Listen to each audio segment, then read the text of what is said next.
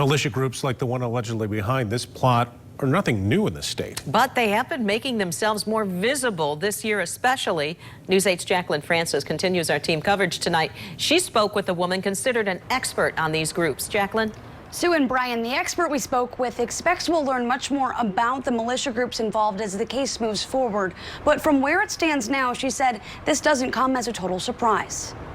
Given the general political and social climate, I can't say that it's shocking to see some groups who are worried enough that they felt pushed into violent action. Amy Cooter is considered an expert when it comes to Michigan militias. The senior lecturer at Vanderbilt University says this is the first she's heard of the Wolverine Watchmen, the militia group accused of plotting to kidnap and kill Governor Gretchen Whitmer. My opinion, from what I can tell about them and from what my Michigan contacts in the militia groups are telling me, is that we think that it's a new group that formed specifically in response to the pandemic and to Governor Whitmer's response to some of the state regulations. Investigators traced the group back to November of last year, stating in the affidavit that the group had been recruiting members on social media. Two of the West Michigan men charged also had ties to the Berry County-based militia group, Michigan Liberty Militia, describing themselves as peacekeepers out to preserve and protect the rights of citizens during an interview with News 8 in early July. Some of the events that we're at, we don't really actually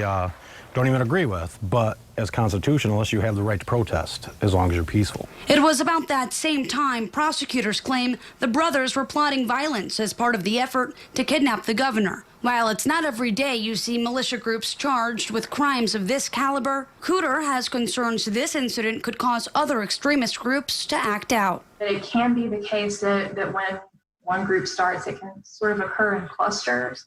I'm worried a little bit headed into this election that there are some militia groups, not just in Michigan, but nationally, that could see this as an illegitimate action. Groups that also potentially buy into QAnon theories, groups who think that this was a setup by the feds or maybe fake altogether to undermine their efforts to stand up for individual liberty, could similarly be spurred into attempts at violent action. It is something that can happen.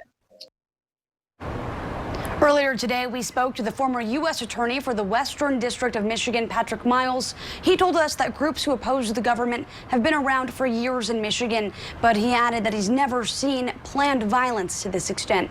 Live in studio control, Jacqueline Francis, News 8.